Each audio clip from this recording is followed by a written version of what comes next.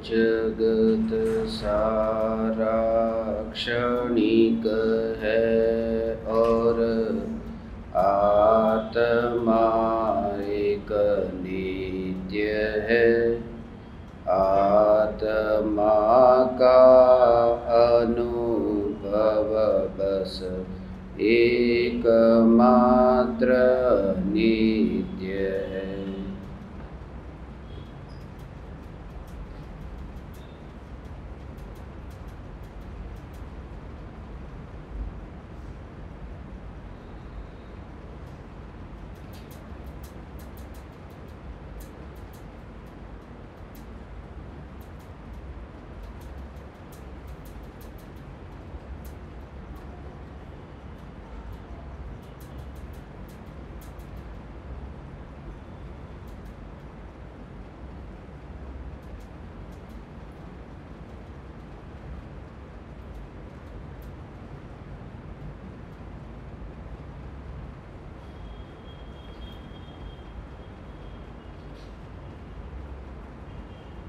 चैतन्य स्वभावी भगवान आत्मा अनादि अनंत शुद्ध चैतन्य मात्र है, ज्ञान मात्र है। मैं शुद्ध चैतन्य मात्र, ज्ञान मात्र भगवान आत्मा हूँ।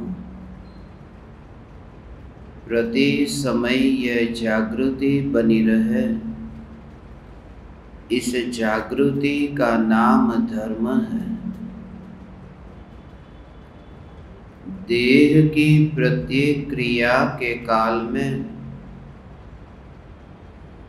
और विकल्पों के बहते प्रवाह के काल में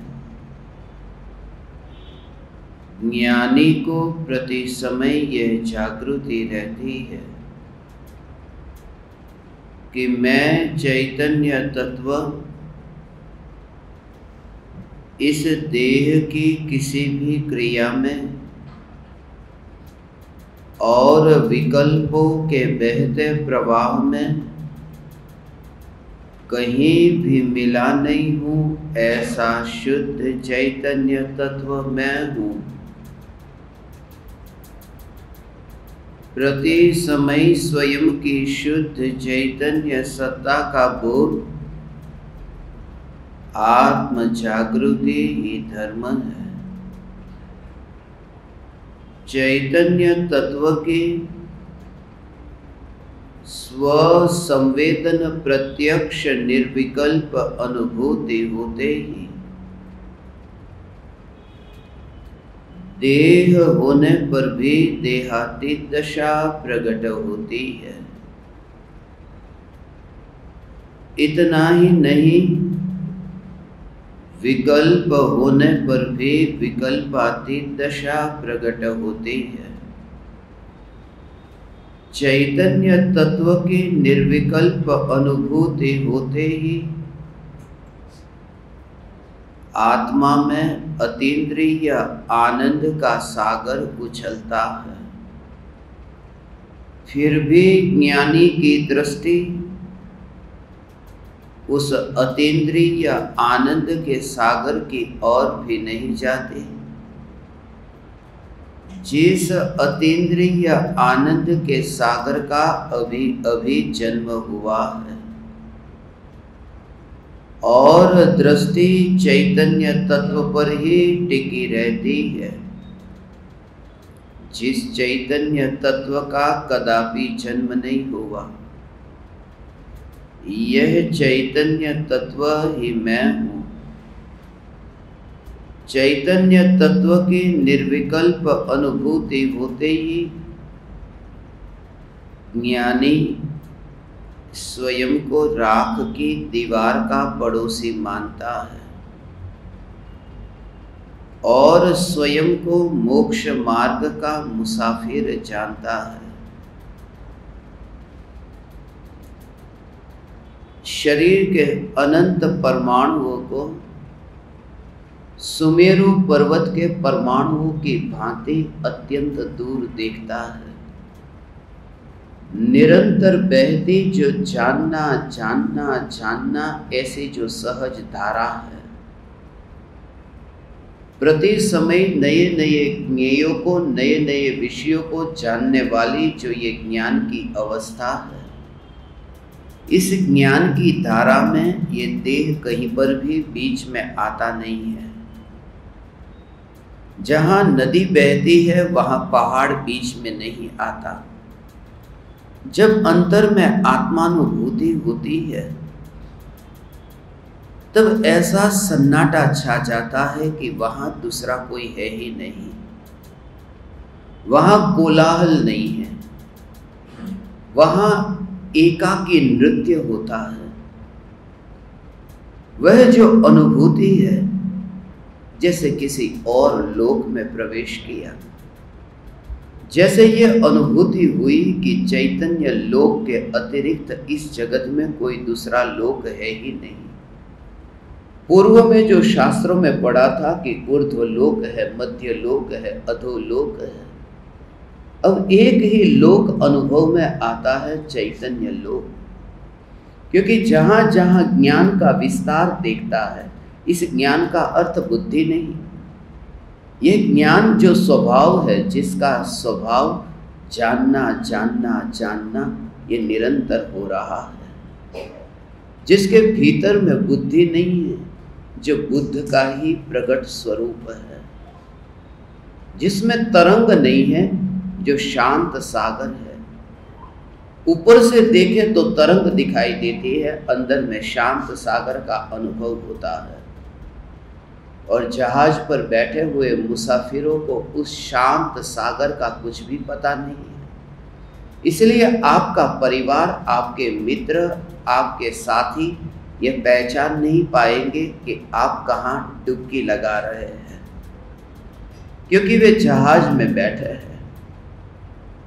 उनका संबंध जहाज के साथ है, सागर के साथ नहीं। उनकी यात्रा जहाज में हो रही है,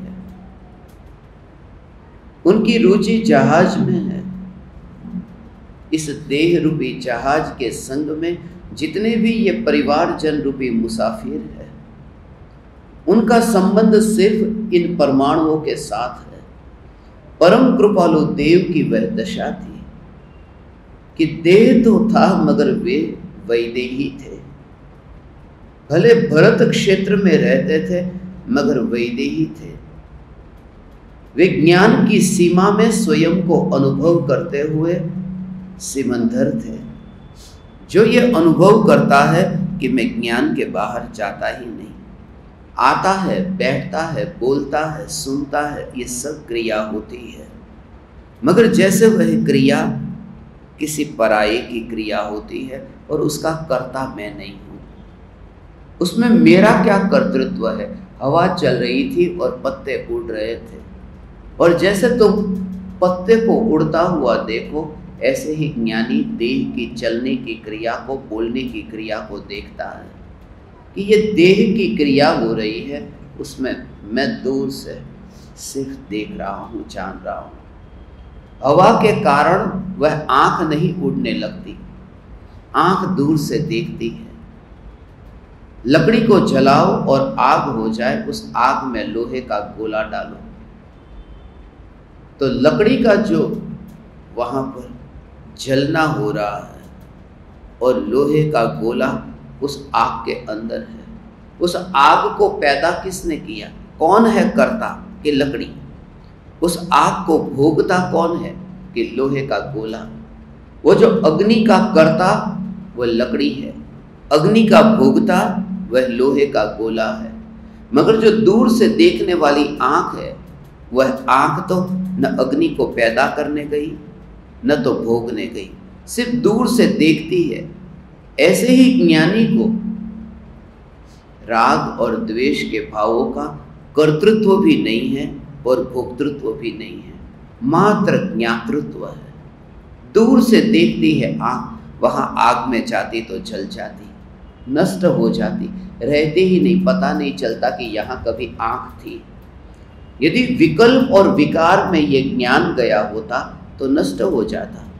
इसलिए परम कृपालु देव के ये देह की क्रिया को देखे तो ऐसा लगता है कि शरीर कितना शिथिल है, मगर ज्ञानी के शरीर की शिथिलता में, देह की अशक्ति में ये जागृति है कि ये अशक्ति को जानने वाला जो है वह अशक्त नहीं है, वह जान रहा है। ये जानना ही तो शक्ति है। अनंत पुद्गल भी जो कार्य नहीं कर सकते, ये ज्ञान देह की अशक्ति में भी कर रहा है। इसलिए बुढ़ापे में पानी का गिलास तुम नहीं उठा सको, कोई पानी का गिलास देने वाला नहीं। शरीर ऐसा है, तब तुम शिकायत मत करना कि मैं कितना कमज़ोर हूँ। ये कमज़ोर का जो पता चल रहा है, ये पता जिसमें चला वह कमज़ोर नहीं है। हाथ टूट गया है, पैर टूट गया है, मगर पता चल रहा है ना, और जिसे पता चल रहा है वह नहीं टूटा है। कांच का गिलास नीचे गिर गया और फूट गया, मगर जिस दर्पण में वो प्रतिबिंब पड़ा है, पता चला न कि दर्पण में प्रतिबिंब पड़ा, वह दर्पण नहीं फूटा। फूट गया होता तो ये प्रतिबिंब कहाँ पड़ता। तो जो देह की क्रिया होती हो, उसमें ज्ञान का जानना जानना जानना वही गहरा स्वरूप है। आज हम ध्यान की उस गहराई में जाएंगे। परम कृपालु देव के समाधिमयी जीवन को आज पहचानने का प्रयास करेंगे। परम कृपालु देव जिनका समाधि दिन है, अंग्रेजी कैलेंडर के हिसाब से कल है 9 अप्रैल 1901। 122 बरस पूरे हो रहे हैं। इसलिए श्रीमद् राजचंद्र ज्ञान मंदिर से हमारे पास में आमंत्रण आया कि परम कृपालु देव का ये समाधि दिन है, आप समाधि मरण पर एक शिविर रखिए। मैंने उस समय तो हाँ कह दिया कि समाधि मरण पर शिविर रखेंगे, मगर फिर बहुत सोचा कि समाधि मरण नाम तुम्हें देना है तो दे दो, मगर वास्तव में ये शिविर पर चर्चा होगी, अभ्यास होगा, प्रयोग होगा, समाधि मरण का नहीं, समाधि जीवन का। और समाधि जीवन जिनका होता है उन्हीं का समाधि मरण होता है। इसलिए समाधि मरण पर जोर मत देना। लोग जितनी भी शिकायत करते हैं, जितने भी निवेदन करते हैं, वे सब इसी प्रकार के होते हैं। लोग मेरे पास आते हैं, मुझसे पूछते हैं कि आप हमारे मरते समय हमारे पास में आना, हमें 2 शब्द अपने कान में कह के जाना, या फिर आप ये बताओ कि मृत्यु के काल में कोई न मिले तब हम क्या करें। ये जितने भी सवाल हैं ये झूठे हैं।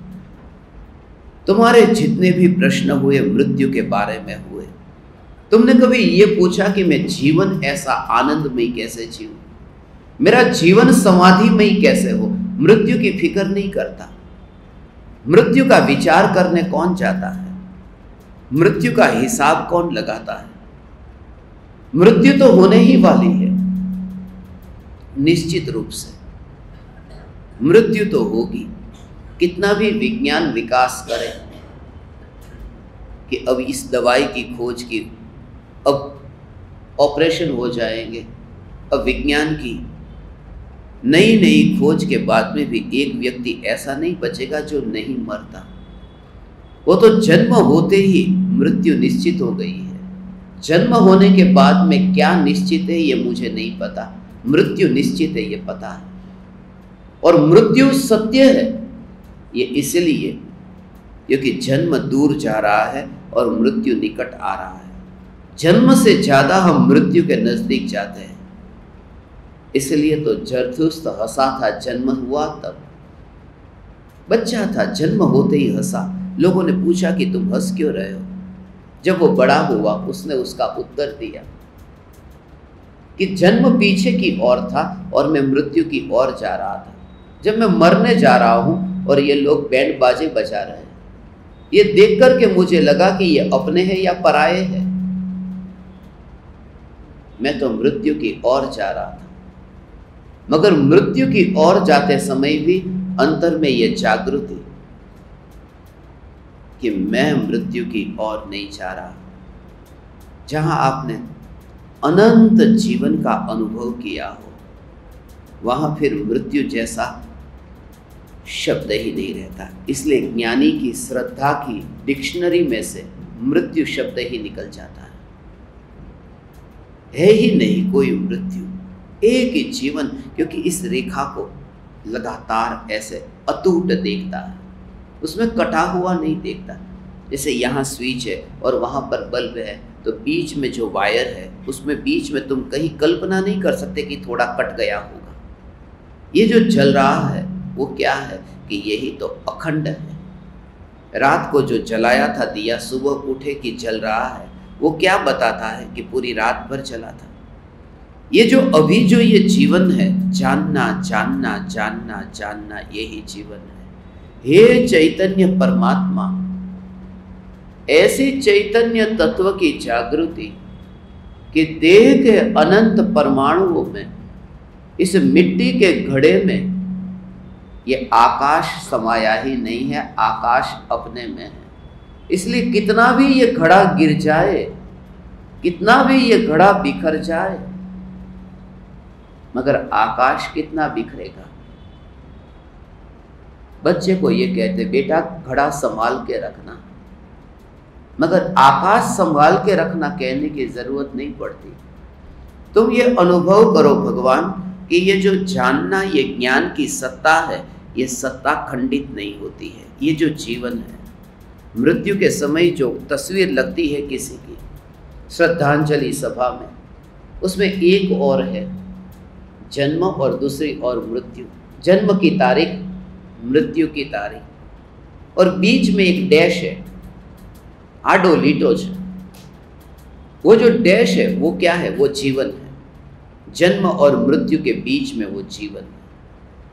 मगर सत्य यह है कि दो जन्म और मरण के बीच में जीवन नहीं है। सत्य यह है कि जीवन जो है उसके बीच में अनंत जन्म और अनंत मरण हुए हैं। जन्म मरण के बीच में जीवन नहीं है, जीवन के बीच में जन्म है, मरण है, जन्म है, मरण है। वो जो जीवन है, उस जीवन की जहाँ अनुभूति होती है, वहाँ तो ऐसा है कि न जन्म है न मरण है। उस रेखा के बीच में कोई आता ही नहीं है, उस रेखा के पास में कोई आता ही नहीं है। अंतर में जब नित्य ध्रुव चैतन्य की अनुभूति होगी, समाधिमयी जीवन। जब हम कहते हैं समाधि मरण, उसमें हमारा जोर किस पर होता है? उस आदमी का समाधि मरण हो गया। जैसे ये समाचार कान में पड़े या मुझे समाधि मरण करना है, ये शब्द कान में पड़े कि जोर किस पर है हमारा? समाधि पर या मरण पर? पहले ही मरण पर पूरा जोर है। समाधि मरण, मरण मरण, समाधि पर जोर नहीं है।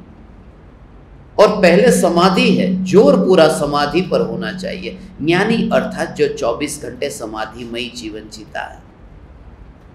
और समाधिमयी जीवन का अर्थ हाथ पर हाथ रखना नहीं, समाधिमयी। समाधि शब्द ही बना है दो शब्दों के मिश्रण से, सम और अधि। अधि का अर्थ होता है जानना। संस्कृत भाषा में अधि माने जानना, इसी से ही शब्द बना आध्यात्मिक। आत्मा को जानना, आध्यात्मिक। अधि से ही शब्द बना है स्वाध्याय, स्व अधि ऐ। अधि का अर्थ है जानना, और सहज रूप से, समभाव से जानना जानना जानना जानना, नो एनी रिएक्शन, मात्र जानना हो रहा है। जाना तो है, मगर उसमें फिर भावों को नहीं छोड़ा, और आश्चर्य नहीं लगता है। समाधिमयी जिनका जीवन है, उनके लिए इस जगत में कुछ भी अयोग्य नहीं है। जगत की कोई भी घटना अयोग्य नहीं लगती। कांच का गिलास नीचे गिरा और फूटा, अरे ये अयोग्य हो गया। ज्ञानी की दृष्टि में अयोग्य कुछ भी नहीं है, सब योग्य है। योग्य नहीं, यथा योग्य है। सहज। अहमदाबाद में मकान गिर गया था 26 जनवरी को भूकंप में, एक मकान गिर गया था, उसमें लोग मरे थे। उस समय मैं अहमदाबाद में ही था। मकान में वो आदमी नहीं बचा, मुर्दा बाहर निकल रहा है, मगर पूरी बिल्डिंग में, पूरे मकान में एक भी कांच का गिलास नहीं फूटा। जैसा का था ऐसा ही, सभी किचन में से कांच के गिलास नहीं फूटे। आदमी जैसा आदमी मर जाता है और गिलास नहीं फूटता। जो यहां से नीचे गिरे और फूट जाए, और मकान गिरे तो भी ना फूटे। परफ्यूम की बोतल ऐसी की ऐसी निकली। ये क्या? ज्ञानी को आश्चर्य नहीं होता, सब यथा योग्य हो रहा है। एक समय के लिए भी आश्चर्य न हो, जो होना है सो होता है। एक पिताजी ने मुझे शिकायत की थी अपने बेटे के बारे में। मेरा बेटा जो है ना, वो बहुत उछल कूद करता है, बिजनेस में क्या होगा क्या होगा क्या होगा। उसे आप समझाओ कि जो होगा वो यथा योग्य होगा, होने योग्य है वो होगा। वो स्वीकार नहीं करता है। यदि स्वीकार कर ले तो दुख रहेगा ही नहीं, मगर इतनी उछल कूद करता है, ये मुझसे नहीं देखा जाता। मैंने वो पिताजी से कहा कि वो उछल कूद जो कर रहा है उसका आप क्यों नहीं स्वीकार करते? बेटे को कहते हो कि दुकान का, व्यापार का स्वीकार कर, उस उछल कूद का भी स्वीकार करो। स्वीकार में एक वस्तु नहीं लेना, सारा जगत, सभी का स्वीकार। क्योंकि वो वहां नहीं रहता, वो वहां से उठ चुका है। उस कुर्सी पर बैठा नहीं है जो कुर्सी अभी जीर्ण शीर्ण हो रही है, जो कुर्सी अभी बैर बिखेर हो रही है, उस कुर्सी से वह उठ गया है। उस गाड़ी से वह नीचे उतर गया है, जो गाड़ी अभी खाई में जाने वाली है। उस जहाज में वो यात्रा ही नहीं करता जो जहाज सुनामी में डूबने वाला है। और ऐसे ज्ञानी को ज्ञान ज्ञान ज्ञान, ऐसी अनुभूति भगवान, यह ज्ञान की अनुभूति, ये जीवन है। ये सांस का भीतर जाना और बाहर आना, ये जीवन नहीं है। ज्ञान का जो जानना जानना जानना जानना, ये जीवन है। जैसे अभी कुर्सी को जाना, ये जाना, फिर दीवार को जाना। आँख को मुख्य मत करना, कुर्सी को जाना, दीवार को जाना, खिड़की को जाना, कंप्यूटर को जाना। ये जो जाना, ऑब्जेक्ट जो है वो वहाँ है, और यहाँ एक कार्य हो रहा है, जानना जानना जानना। अच्छा है बुरा है वह नहीं, मात्र जानना, मात्र जानना। दर्पण की भांति, कोई विरोध नहीं, कोई विरोध नहीं। धूल है, मिट्टी है, दर्पण नहीं कहता दूर चली जा। धन का ढेर है, दर्पण नहीं कहता नजदीक आ जा। सिर्फ घुमा है, उसमें आकार तैयार हुआ, और वो भी वहाँ का नहीं, यहाँ का। वहाँ का यहाँ आया नहीं, यहाँ पर उसका कार्य हुआ। और वो दर्पण की जो स्वच्छता, ज्ञानी को ये जागृति है। और जो दर्पण का मालिक है ना, वो ऐसे दर्पण को पकड़ कर लेके जा रहा है बाजार में। वस्तु तो प्रतिबिंबित होती है उस दर्पण में, उसको वो हिसाब भी नहीं रखता कि मेरे दर्पण में क्या आया। बस ये खरीद लिया है, इसका मालिक मैं हूँ, लेके जा रहा हूँ। दर्पण का मालिक मैं हूँ। ज्ञानी के ज्ञान रूपी दर्पण में ये जगत प्रतिबिंबित होता है, मगर जो पकड़ है वो प्रतिबिंब में नहीं है, वो पकड़ है, वो चैतन्य सत्ता में है। ज्ञान मात्र, एग्जिस्टेंस, होना। और इस वजह से कोई भी ज्ञेय पलट जाए, हे चैतन्य परमात्मा, मृत्यु का अर्थ क्या है? जाने पदार्थों का अनजाना हो जाना। तुम जरा विचार करो, हाथ का एक रुमाल जो यहाँ पैर के ऊपर रखा है और तुम बैठे हो और नीचे गिर गया, पता ही नहीं, और थोड़ी देर बाद रुमाल की जरूरत पड़, कहाँ गया कहाँ गया, इधर उधर देखा। वो उस समय का भाव कैसा होता है? वो 10 रुपये का रुमाल ऐसे ऐसे देखते हैं जब तक मिलता नहीं है। क्यों? क्योंकि जिसको मैंने अपना माना है वो जाना था, अभी अनजाना हो गया। एक हाथ का रुमाल जाने से अनजाना होता है, तो ये हालत हुई। अब जरा विचार करो, मृत्यु माने क्या? ये शरीर, माता पिता, भाई बहन, पुत्र पत्नी, परिवार, ये रिश्तेदार, ये गांव, नगर, देश, धन, संपत्ति, ये जितना भी जोड़ा है, वो जोड़ा हुआ सब एक समय में अनजाना हो जाता है, जैसे पर्दा गिर गया। और वो जो अनजाना होता है, उस समय एक समय के लिए भी विरोध नहीं, वो दशा, उसी का नाम समाधि है। पूर्व तैयारी, चैतन्य चैतन्य चैतन्य, ऐसी पूर्व तैयारी वो कब हो सकता है? उसके पीछे भी गहरा स्वरूप है भगवान। ये जो ध्यान में जब जाता है, क्योंकि मृत्यु है, उसमें भी आपकी भी मृत्यु होगी, आपकी भी होगी, माता पिता की होगी, भाई बहन की होगी, मित्र की होगी, शत्रु की होगी, मगर दूसरों की जो मृत्यु होती है उससे ज़्यादा पीड़ा अपनी मृत्यु में होती है। ये मोह का भाव बहुत सताता है। अपनी मृत्यु सबसे ज़्यादा खतरनाक होती है, दूसरों की मृत्यु नहीं, अपनी। क्यों? पिता की मृत्यु हो गई तो रिश्ता गया, कट गया। कौन गया? पिता गए। माँ की मृत्यु हुई तो अकेली माँ गई। बेटे की मृत्यु हुई तो अकेला बेटा गया। और अपनी मृत्यु जब होती है तब बाप, माँ, बेटा, भाई, बहन, सब रिश्ते एक साथ में छूटते हैं। तुम जरा विचार करो कि एक मृत्यु किसी की होती थी, एक वियोग में इतना तड़पता था, जब सारे संयोगों का वियोग होगा वो तड़प कैसी होगी? और उस तड़प से पहले ही चैतन्य की इतनी गहराई में जाए, हे चैतन्य परमात्मा बाहर का पता ही नहीं, तुम्हारे लिए अनजान हो गया।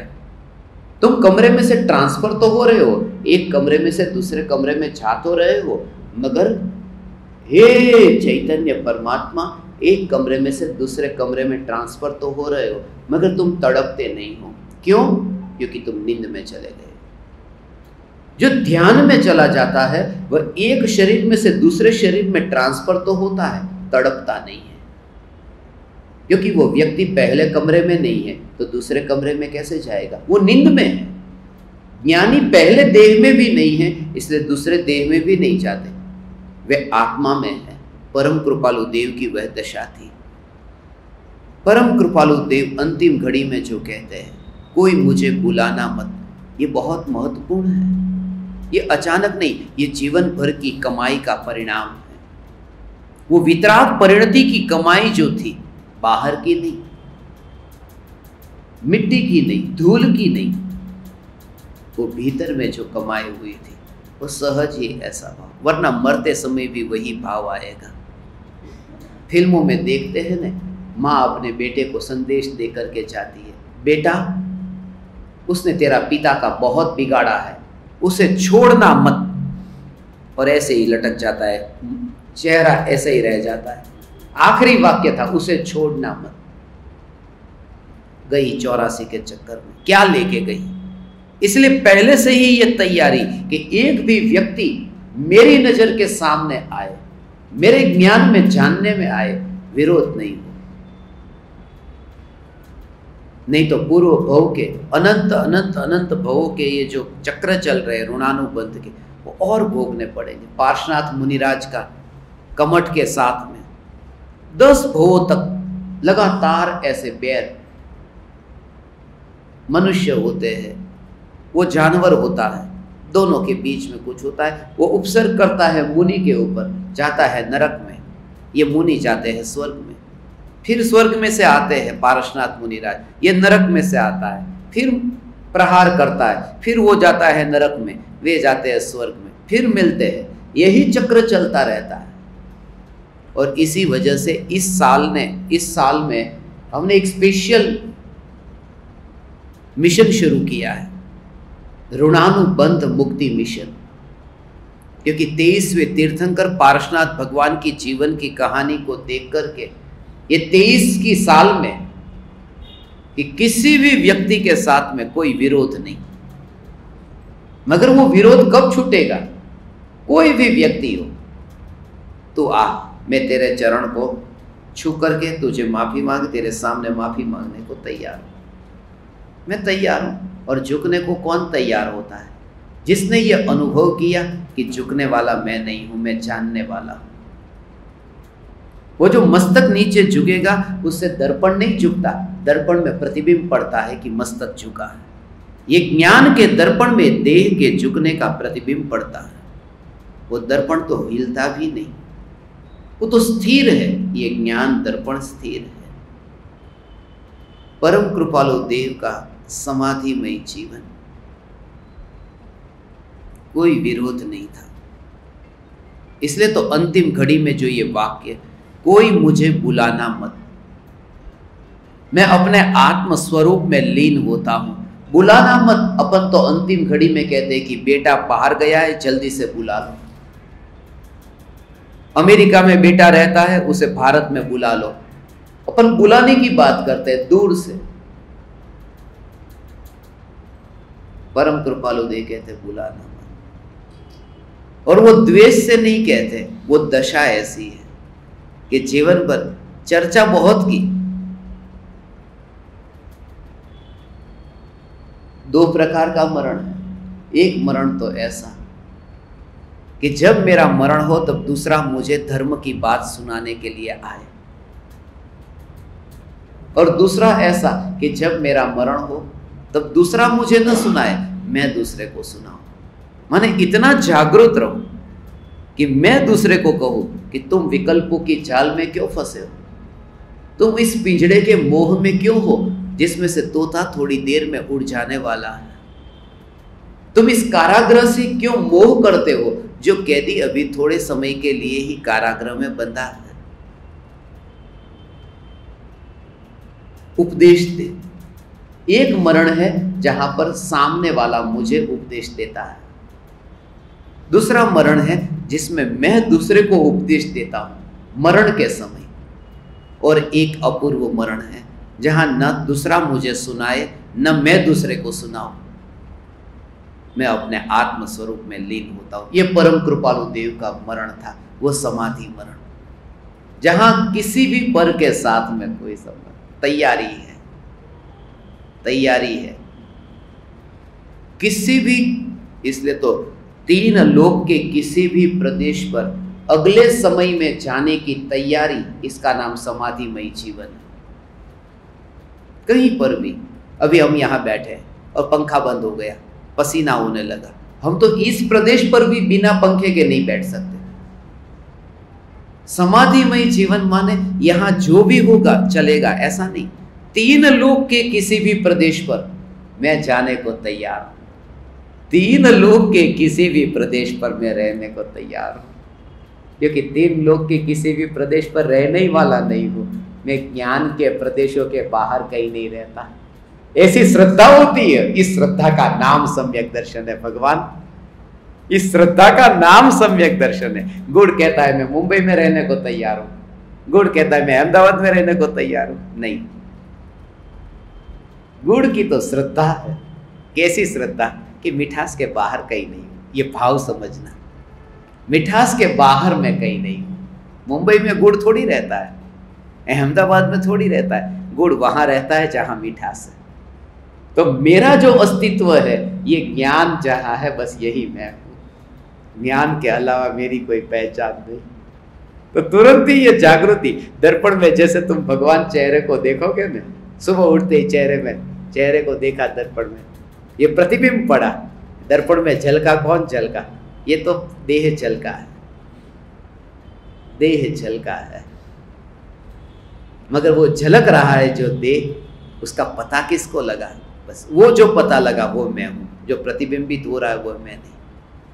ये एक एक समय में ये जागृति, इसलिए तो ज्ञानियों को प्रत्येक देह मुर्दा दिखाई देता है। अभी प्रत्येक देह मुर्दा दिखाई देता है। क्यों? क्योंकि आत्मा और शरीर के बीच में भेद विज्ञान हुआ है प्रकट। इधर आत्मा, इधर शरीर। सामने दिखेगा कि अरे ये तो आत्मा शरीर साथ में है, आत्मा शरीर साथ में है। ज्ञानी ने स्वभाव से पहचान लिया कि आत्मा आत्मा में है, शरीर शरीर में है। और इस वजह से क्या होता है कि अकेला शरीर देखते हैं, आत्मा से मिला हुआ नहीं। और अकेला शरीर माने क्या? मुर्दा। बिना आत्मा का शरीर मुर्दा है। इसलिए ज्ञानी को प्रत्येक शरीर मुर्दा दिखाई देता है। और प्रत्येक आत्मा बिना शरीर का दिखाई देता है, इसलिए सिद्ध परमात्मा दिखाई देता है। सर्व जीव छे सिद्ध सम।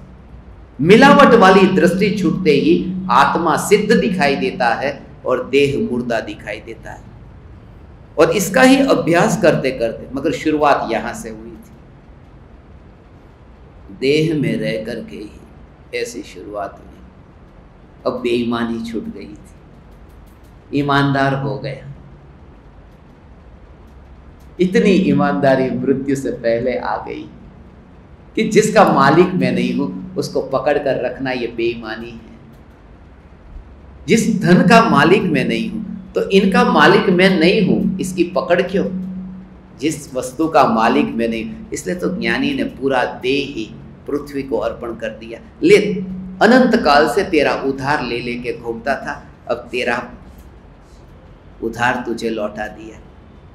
अब न रखूंगा मेरे पास में, न रखूंगा का अर्थ कि ज्ञान का अनुभव हो रहा है जिसमें देह है ही नहीं। हे चैतन्य परमात्मा, हे भगवान, तुम्हें ये दशा प्रकट होगी।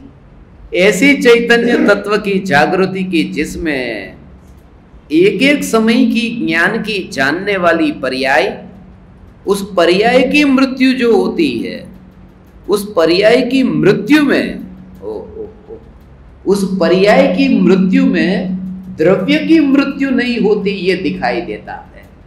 ऐसा बदल गया, बदल गया। ये बहुत सूक्ष्म बात है। वो ये दर्पण है। अब यहाँ पर सामने देखो कि सामने एक कुर्सी पड़ी है, वो प्रतिबिंबित हो रही है, और फिर टूट गई वो कुर्सी, अब वो प्रतिबिंब पड़ा। तो प्रतिबिंब दो प्रकार का हुआ। एक तो ये कि कुर्सी है, और दूसरा कि टूटी हुई कुर्सी है। तो अवस्था चेंज हो गई। यहाँ दर्पण की पर्याय बदल गई। कुर्सी की तो बदली है, दर्पण की अवस्था बदली। यहाँ कहते वो दर्पण की जिसमें वो पहले ऐसा प्रतिबिंब पड़ा था, वो अवस्था मर गई और नई अवस्था का जन्म हुआ। ऐसे ही ज्ञान में ये जो नई नई ज्ञेयों की अवस्था जानने में आती है, वो ज्ञान की अवस्था की भी मृत्यु होती है, जन्म मरण होता है। यहाँ ये कहते हैं कि दर्पण की अवस्था जो बदल गई, उसमें जो नहीं तड़पता, उसमें जो दुखी नहीं होता, वो फ्रेम के टूटने से दुखी कैसे होगा? ये देह माने पूरा फ्रेम। दर्पण ज्ञान की अवस्था अलग अलग विषय को जानती है, उसकी मृत्यु में भी इसको जाना, इसको जाना, इसको जाना। ये नया नया ज्ञान की अवस्था का भव, भव बोलने के लिए कहता हूं, पलटने का स्वरूप बताने। ये ज्ञान की जो अवस्था बदलती है, ऐसे ही परम कृपालु देव जो कहते, विचार करने पर पता चलता है देहधारी है। अज्ञानी की हालत है, विचार करने पर भी नहीं पता चलता कि मैं चैतन्य हूं, क्योंकि ऊपर ऊपर से है, इतना बोध नहीं। कान तक बात आई है, हृदय तक नहीं पहुंची। बुद्धि का खेल तो हो रहा है, मगर हृदय का समर्पण नहीं है। मृत्यु से इतने भयभीत है, मौत आएगी तो क्या होगा। सोक्रेटिस को इसलिए तो उत्कंठा थी कि मैं मृत्यु कैसी होगी। ये लोग बोल रहे हैं कि आप जहर पीने के लिए इतने उत्सुक क्यों हैं कि जल्दी से तैयार कर।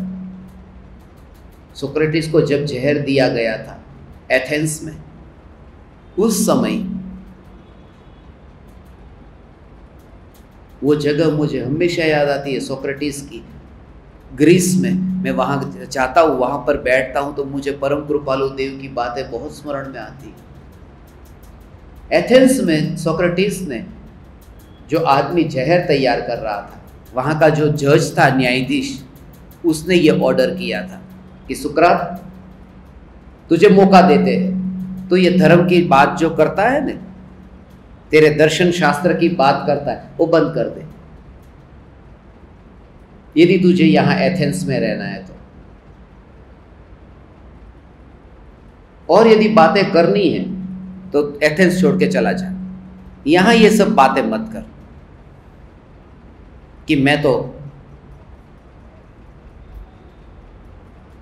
जो होगा उसका स्वीकार करने को तैयार हूं, मुझे कोई फर्क नहीं पड़ता है। एथेंस छोड़ के चला जा। सोक्रेटिस ने कहा एथेंस छोड़ के जाओ तो कहाँ जाओ, जहां भी जाऊंगा आपके जैसे ही मिलेंगे, इसलिए जाने से लाभ नहीं है। और यहां रह के चुप बैठ नहीं सकता, इसलिए मैं तो बोलूंगा। तो न्यायाधीश ने कहा इसको जहर पिला दो। जब जहर तैयार हो रहा था, सोक्रेटिस पूछ रहा था कितनी देर है, कितनी देर है।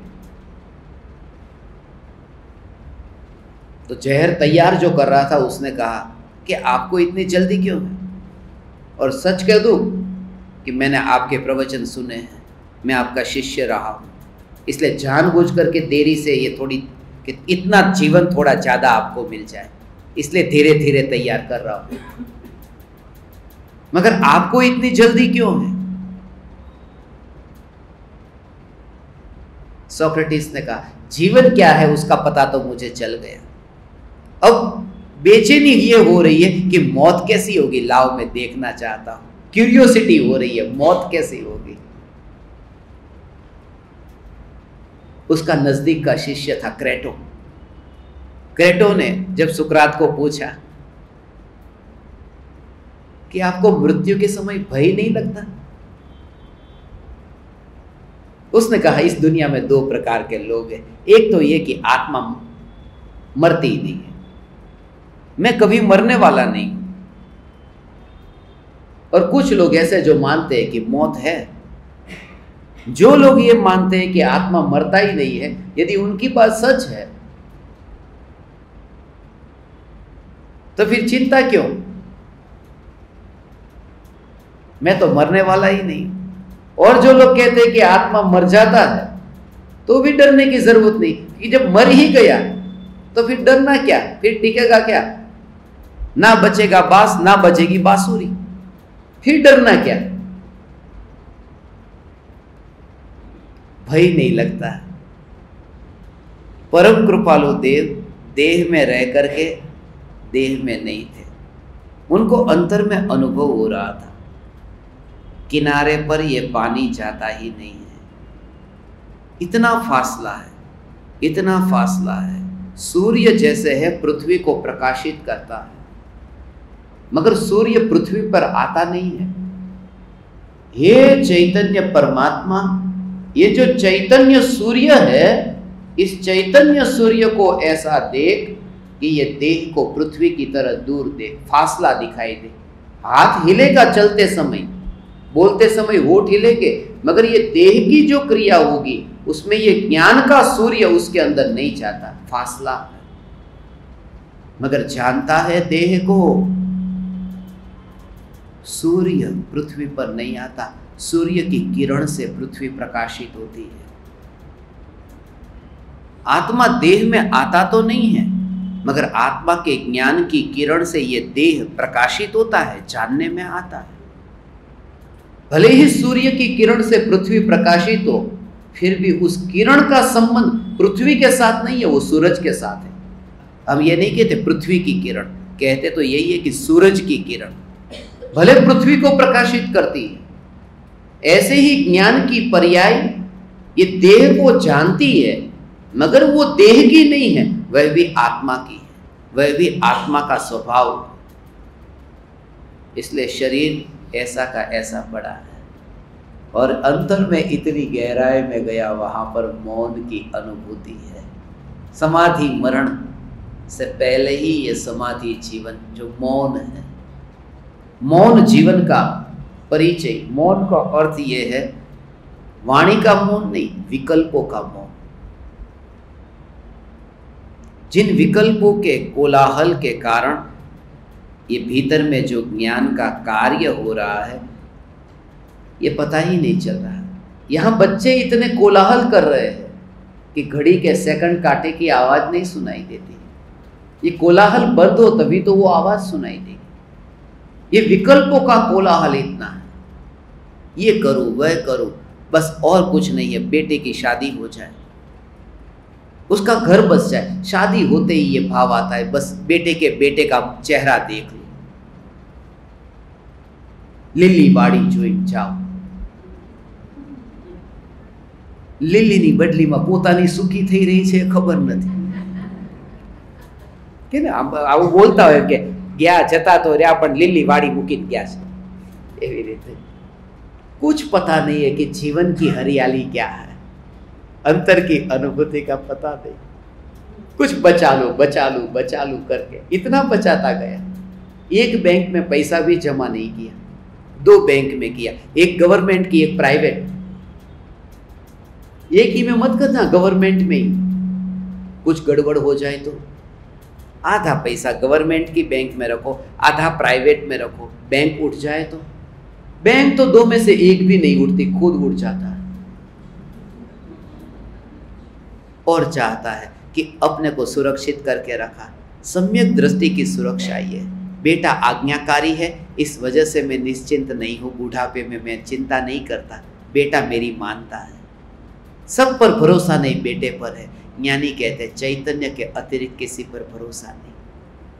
ऐसा ये चैतन्य चैतन्य चैतन्य परमात्मा भगवान कि जिसके अतिरिक्त अब श्रद्धा ही नहीं है, किसी के भी ऊपर श्रद्धा नहीं है,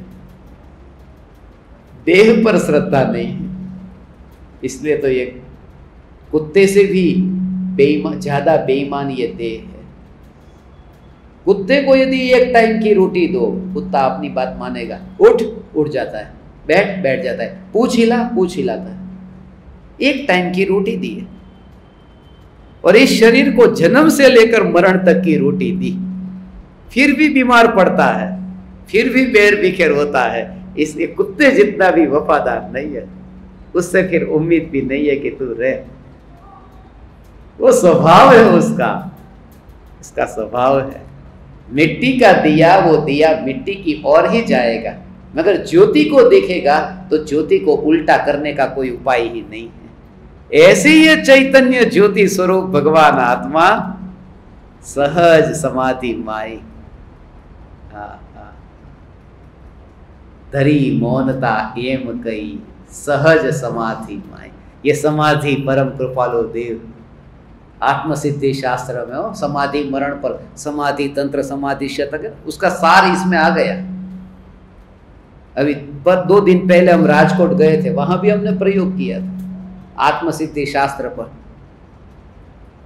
1500 शास्त्र में से कोई भी शास्त्र का कोई भी पन्ना आप मुझे बताओ, मैं आपको बताऊंगा। जो भी पन्ने का जो वाक्य लाएंगे ना, आत्मसिद्धि शास्त्र में कहाँ लिखा है। यहां प्रयोग करना हो तो कोई भी वाक्य तुम बोलो, मैं आपको बताऊंगा। और हमने वहां बैठे, वितरागी भगवान की वाणी, ये परम कृपालु देव की ये रचना, जो 1.5 घंटे के अंदर जो ये शास्त्र लिखा गया, कोई भी वाक्य वचनामृत में ही कृपालु देव का पूरा जोर स्वरूप पर था। 240 बार स्वरूप शब्द का प्रयोग किया पूरे वचनामृत में। मैं तो गिनता गया, यहाँ स्वरूप का अर्थ क्या, यहाँ स्वरूप का अर्थ क्या। आत्मसिद्धि शास्त्र में 10 जगह पर उपयोग किया, 8 गाथाओं में 2 गाथा ऐसी है जहाँ 2 बार उपयोग किया, एक स्वरूप के अलावा और कुछ भी नहीं। और जैन तो लिखा ही नहीं, दिगंबर श्वेतंबर तो बात की बात, जैन शब्द भी नहीं लिखा। एक भी गाथा के अंदर आत्मसिद्धि में जैन नहीं लिखा। लिखा तो ज्यादा से ज्यादा जीन लिखा, वर्णन समझे जीन नु। प्रत्यक्ष सदगुरु सम नहीं, परोक्ष जीन उपकार, जैन नहीं। क्योंकि जैन शब्द उस रूप में पॉपुलर हो गया था कि ये जैन जाति का है। जैन, वो तुरंत ही वो देह दिखाई देता, जैन कहते ही फैमिली दिखाई देता। यहां तो जीन स्वरूप बताना था। और इसी वजह से बहुत लंबे काल के बाद में मैं इस ज्ञान मंदिर में आया।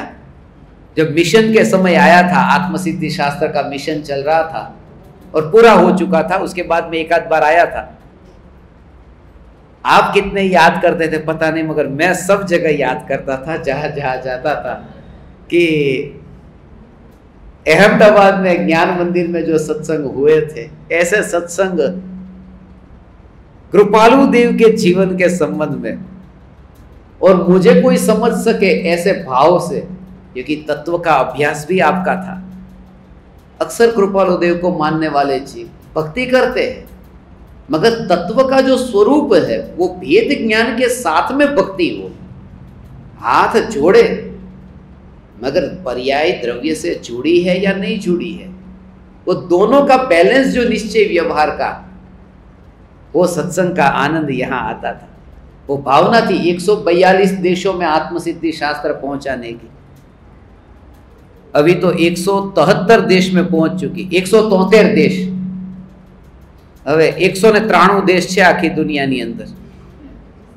હવે 20 છે એ તે વેલું મોડું હમણાં અહીંથી પરદેશ જવા માટે જ ત્યાં અહીંયા આવ્યો છું। આજે આવતીકાલે 10 તારીખે નીકળવાનું છે, પરમ દિવસે, એટલે 2 દિવસના સત્સંગ રાખ્યા। અમારી ઉપર ફોન આવ્યો ને તો કીધું કે 11 તારીખ 12 તારીખ કંઈક રાખીએ, કૃપાળુ દેવનો દિવસ છે। કીધું કે આપણે તો મનાવવો જ છે ને, સત્સંગ જ કરવો છે ને। અંગ્રેજી કેલેન્ડરમાં 9 तारीख આવે, ये मनावी लो ने।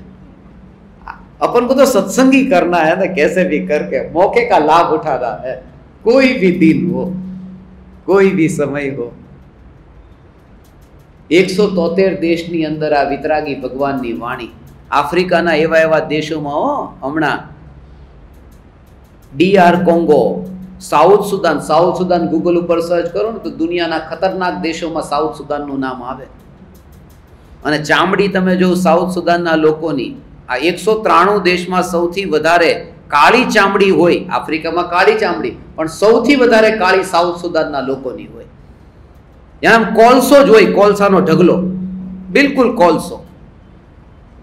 अने एमां ज्यारे एने आ खबर पड़ी के आत्मा अरूपी छे, तो के वो हाँ तो हमें चाहिए नहीं, हमें आवो आवो अंदर ये जीवो ने जे मांस खावा वाला, दारू पीवा वाला, एना कान में चैतन्य नी चैतन्य चैतन्य चैतन्य। कोई भी हो ऐसा पावर परमात्मा नहीं है, वो परमात्मा है।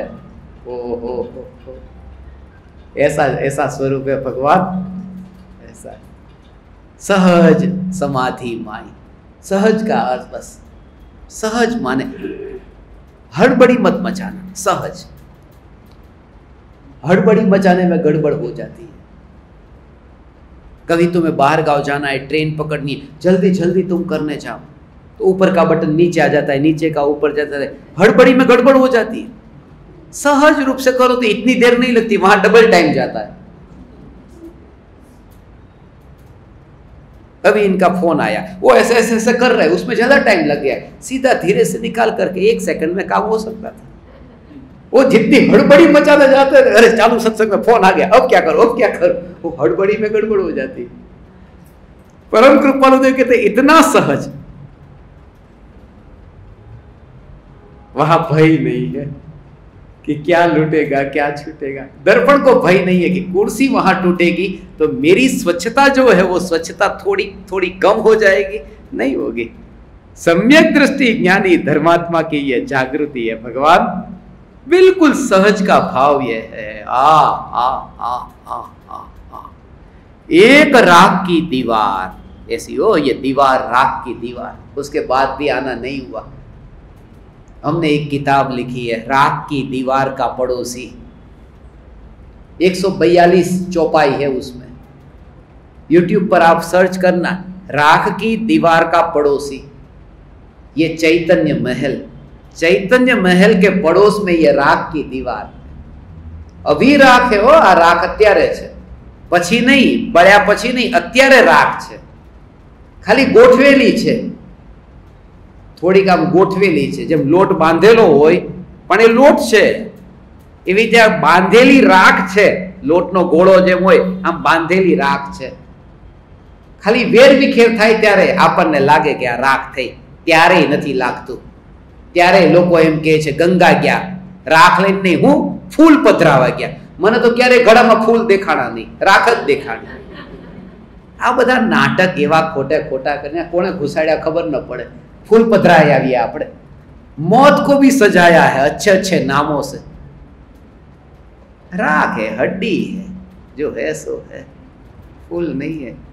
तू फूल हो जाता बहुत था, तूने देह को फूल बनाया, तू खुद फूल हो जाता, तेरे जीवन में ऐसी महक होती। परम कृपालु देव का जीवन ऐसा था भगवान। प्रति समय ये जागृति, ये राख की दीवार जिसका पड़ोसी में चैतन्य महल भगवान आत्मा, और इधर दर्पण है, और दर्पण इधर से फिर इधर गया। दर्पण कितना रोता है, कुछ भी नहीं, कुछ भी नहीं। वो जो चेंजेस जो हो गया, यहाँ पहले एक दीवार प्रतिबिंबित होती थी, अब दूसरी प्रतिबिंबित हुई, इसमें कुछ भी नया नहीं आया। अभी ये मनुष्य का जो शरीर है, ये राख की दीवार अभी ज्ञान में जानने में आती है ये शरीर, और शरीर बदल गया, अगले भव में देव में जाएगा तो दूसरा शरीर ज्ञान में जानने में आएगा। दर्पण की दिशा बदल गई है, दर्पण का स्वरूप नहीं बदला है।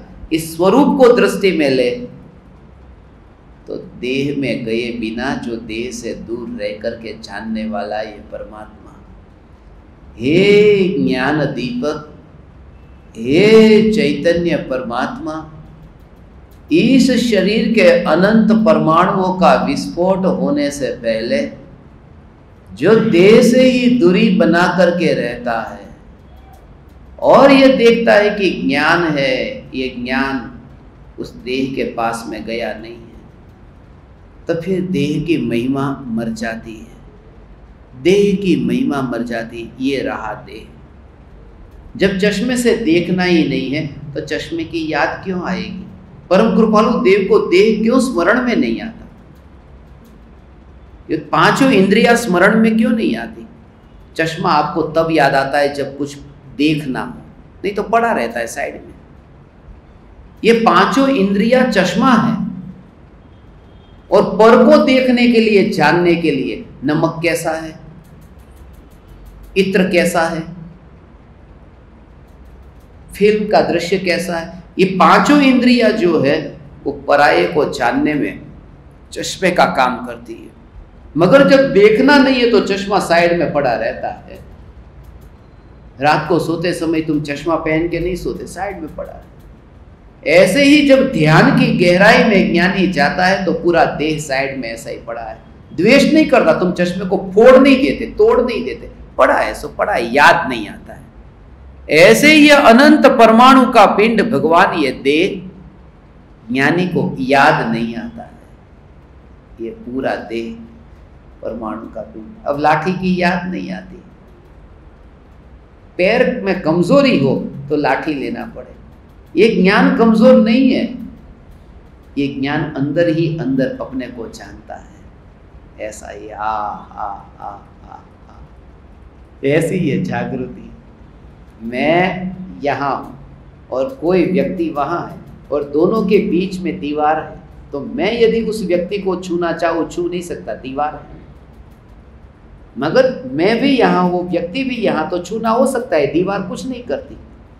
तो जानने वाला भी अंदर है, जानने वाला भी अंदर है, और जानने में आने वाला भी अंदर ही है, और ये दीवार बाहर में है। फिर ये दीवार क्या करती है? इसलिए फिर दीवार की याद नहीं आती, अंदर में अनुभव होता है ऐसा।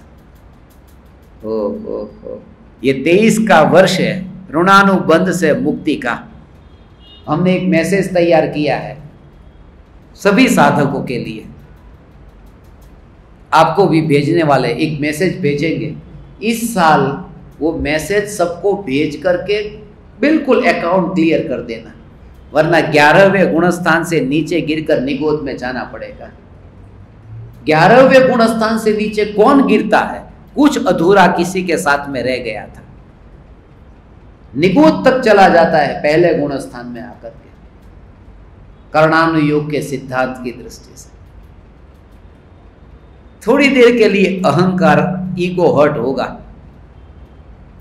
सामने मेरी कोई भी भूल हुई तो मुझे माफ कर देना, और जब माफी मांगने जाओगे तो सामने वाला कहेगा देख आया बड़ा ऋणानुबंध से मुक्त होने वाला। वो भी कहेगा, मगर उसकी भी तैयारी, इतनी तैयारी लेकर के ही ये साहसी का काम है, कायर का काम नहीं है। किधर है तेरे चरण, जल्दी से ला, ऐसा जल्दी से ला, ये मौका मैं छोड़ूंगा नहीं। अभी ऐसी दशा, ऐसा हो ये मौका छोड़ूंगा नहीं। हमारा दिल्ली में अभी एक शिविर था, शिविर में मैंने ये मौका मत छोड़ना। प्रवचन पूरा होते ही एक आदमी आया, किधर है आपके चरण, जल्दी से दिखाओ। मतलब मेरे पास में मत आ, अपनी बीवी के पास जा, जहां ज्यादा झगड़ा हुआ, अपने रिश्तेदारों के पास जा। अपन तो पहली बार मिले, शुरुआत वहां से कर ले जहां ज्यादा गड़बड़ हो रही है। इसलिए तो हम पर्युषण के बाद में भी माफी किनको मांगते हैं? हमारे मित्रों से, मिच्छा में दुक्कड़म, मिच्छा में दुक्कड़म। कोई शत्रु के पास में जाता ही नहीं है कि जा वहां पर मिच्छा में दुक्कड़म करने। ये मस्ती है, ये बुद्धि से नहीं होता है भगवान ऐसा। मगर वो तब होगा जिसने अंदर से वो अनुभव किया है। भगवान आत्मा के अंतर में जाकर डुबकी लगा करके अतीन्द्रिय आनंद के मोती को जिसने पा लिया, ऐसा जीव अब ये दूसरों के सामने झुकता है मगर मानता नहीं है कि मैं झुका। ऐसा स्वरूप है भगवान। ये तो परम कृपालु देव का ये समाधि दिन कल है। आज तो समय अभी हो गया है, कल हम फिर एक सत्संग के लिए मिलेंगे। आमा कई मजा नो आवे, आम तरस એટલી બધી લાગી હોય અને એકાદ ટીપું આમ આપણને આપણા જીવ ઉપર પડે તો એમ લાગે કે યાર આની કરતા નો પીધું હોત તો સારું હતું। આ એવું છે, કેટલા વર્ષ પછી હવે અમારા પરિવારને મળવા માટે આવ્યા અહીંયા। આ ભૂમિ ઉપર આવતા જ એવા ભાવ આવે છે, વ્યક્તિની વાત નથી। આ શ્રીમદ રાજચંદ્ર જ્ઞાન મંદિર अब इतनी जगह पर है, मुंबई में है, राजकोट में है, अमेरिका में भी है, इतनी जगह मंदिर है, मगर किसी भी सत्संग में मैंने बोला होगा श्रीमद राजचंद्र ज्ञान मंदिर में प्रवचन था, सब समझ जाते हैं अहमदाबाद में होगा, क्योंकि ऐसा है ये स्वरूप।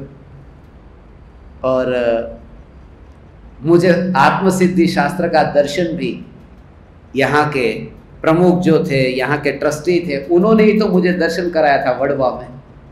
इसलिए मेरे जीवन में तो ऐसा कि साक्षात तीर्थंकर परमात्मा के दर्शन कराने कोई लेके जाता हो, इसे देव कुंदकुंद आचार्य को लेकर के गए कि विदेह क्षेत्र, ऐसे ही मुझे ऐसा लगा था उस समय कि जो 1500 शास्त्रों का सार आत्मसिद्धि शास्त्र है,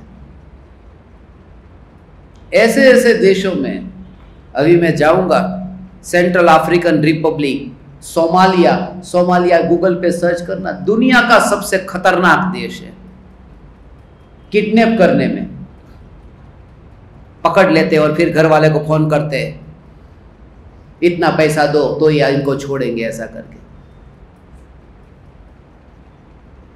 मुझे सब घर वाले मना करें मत जाओ उधर, फोन आएगा तो क्या कहेंगे, कह देना मेरे पास में ज्ञान के अलावा कुछ नहीं है, चैतन्य चैतन्य चैतन्य, वो तुझे दे सकता हूं। अगर वहां पर स्थापना होगी, मैं अभी गया नहीं हूं, कृपालु देव का प्रभाव इतना है।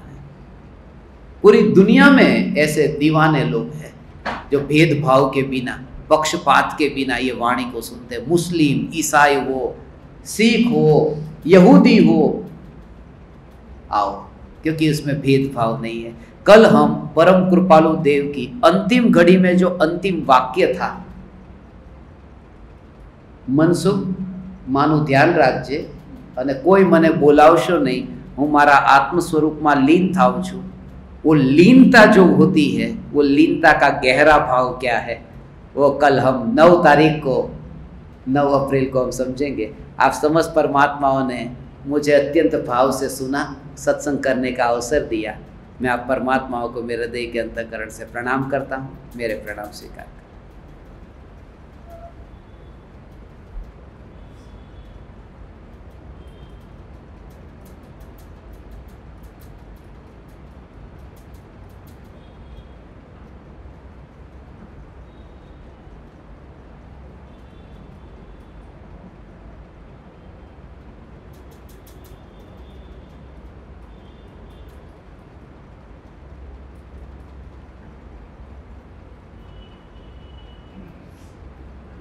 अहो अहो श्री सद्गुरु करुणा सिंधु अपार,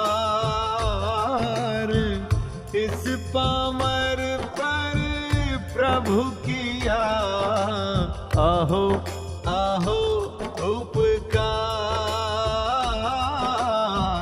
आहो आहो उपकार।